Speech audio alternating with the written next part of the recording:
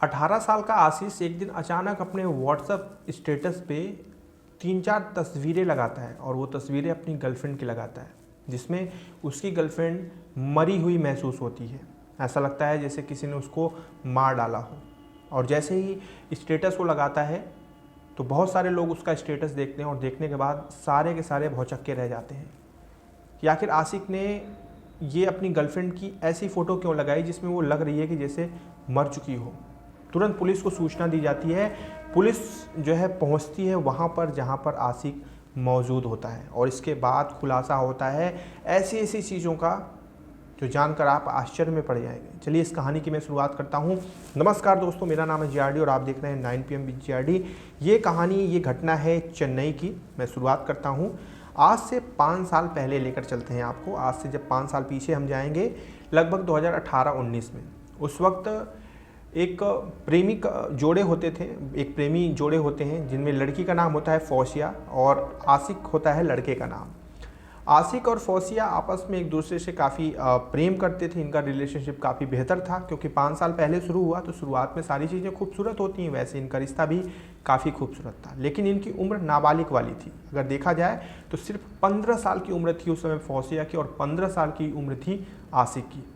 15 साल की उम्र में कैसा इश्क होता है ये मुझे बताने की आवश्यकता नहीं है।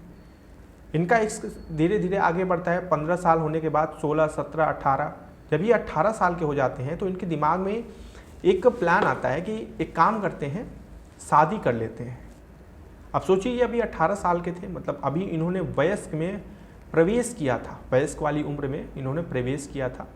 नाबालिग वाला जो टैग है वो इनके सामने से अभी हटा ही था। तब तक इन्होंने प्लान किया कि यार शादी कर लेते हैं साथ में।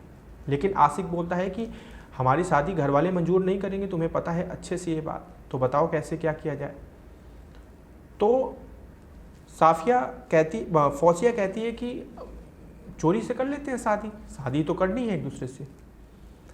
2018 में फौसिया और आशिक दोनों शादी कर लेते हैं, चोरी से, चुपके से, किसी को पता भी नहीं चलता। दोनों शादी कर लेते हैं और शादी करने के बाद एक पति पत्नी की तरह रहने लगते हैं। इनके बीच में संबंध बनने लगते हैं, शारीरिक संबंध हो या फिर आत्मिक संबंध हो, मानसिक संबंध हो, हर एक तरीके से ये दोनों एक दूसरे से जुड़ने लगते हैं। और इसी दौरान कुछ ऐसा होता है जिसकी इन्होंने कभी आशंका नहीं की थी, और वो ये होता है कि जो फौसिया होती है वो पेट से हो जाती है, यानी कि अब वो गर्भवती है। 18 साल की उम्र में ही फौसिया जैसे शादी करती है और शादी के 3-4 महीने बाद उसे पता चलता है कि अब वो माँ बनने वाली है। वो आशिक से इस बात को कहती है कि अब हम माँ बनने वाले हैं, क्या तुम इसको स्वीकार करोगे? आशिक सीधे मना कर देता है, बोलता है नहीं, मैं स्वीकार नहीं कर पाऊंगा, क्योंकि हमने भले ही शादी करी है लेकिन हमने चोरी से शादी करी है। हम लोग एक दूसरे के पति पत्नी हैं, लेकिन समाज नहीं जानता कि हम दोनों पति पत्नी हैं, इसलिए इस बच्चे को स्वीकार नहीं किया जाएगा।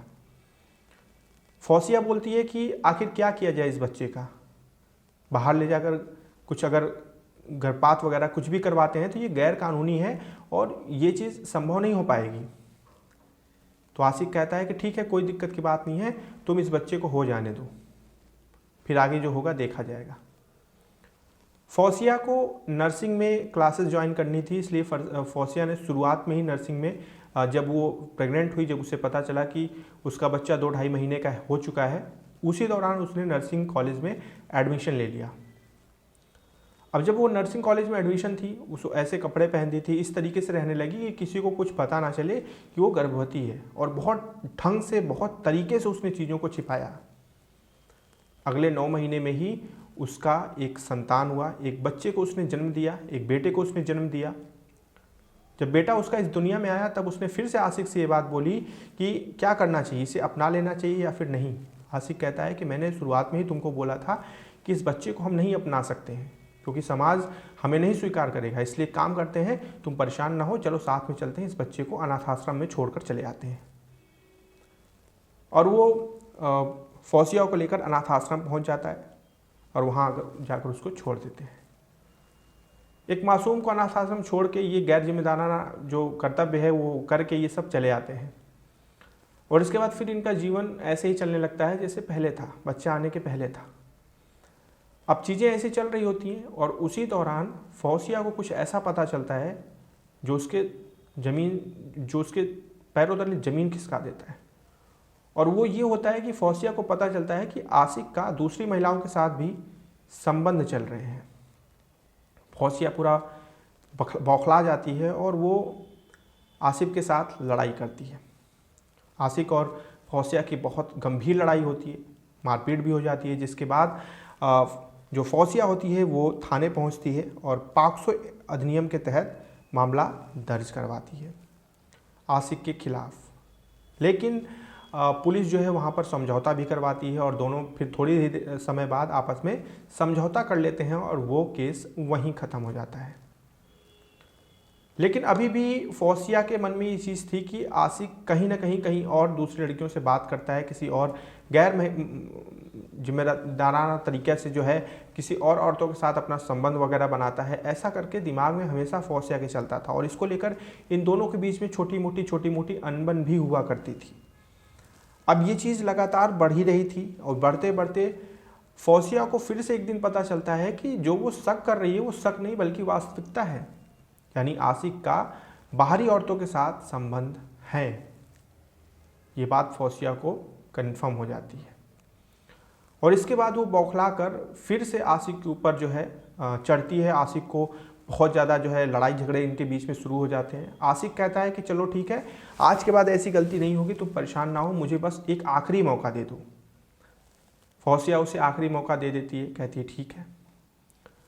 फिर आसिक उससे कहता है कि एक काम करो, तुम्हारी जो कॉलेज है वो 3-4 दिन के लिए तुम अपना कॉलेज छोड़ो, मेरे साथ चलो चेन्नई चलते हैं, होटल में स्टे करेंगे, इंजॉय करेंगे, कुछ समय साथ में बिताएंगे तो शायद सारी चीज़ें सही हो जाएं।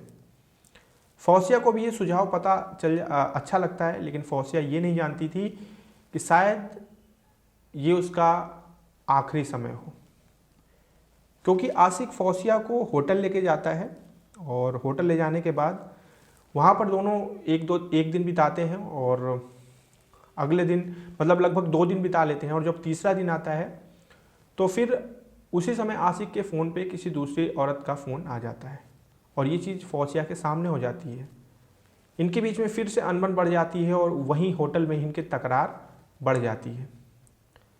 इसके बाद जो आसिक होता है उसके दिमाग पे भूत सवार हो जाता है, उसके दिमाग पे एक ऐसा शैतानी ऐसा दानव जो है अपना प्रकोप फैला देता है कि उसे कुछ भी समझ में नहीं आता। वो अपना टी शर्ट उतारता है और फौसिया के गले में टी शर्ट से दबाकर फौसिया का गला घोंट देता है। यानी उस होटल के कमरे में जो पिछले इनके दो दिन बीते थे जो कि काफ़ी सही थे, ये तीसरा दिन इनके जीवन का सबसे बड़ा काल वाला दिन था, क्योंकि फौसिया अब इस दुनिया में नहीं है।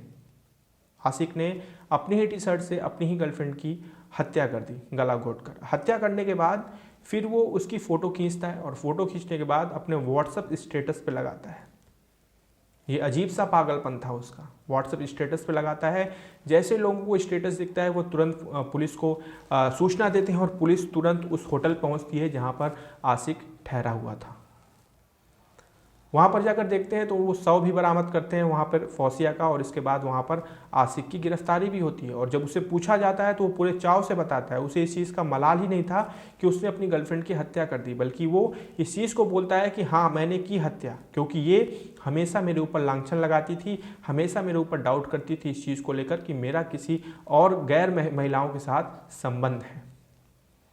और ये चीज़ सुनकर मैं पूरी तरह से परेशान हो चुका था, इसलिए मुझे लगा कि अब इसको रास्ते से हटा देना चाहिए, मैं इसको बर्दाश्त नहीं कर सकता।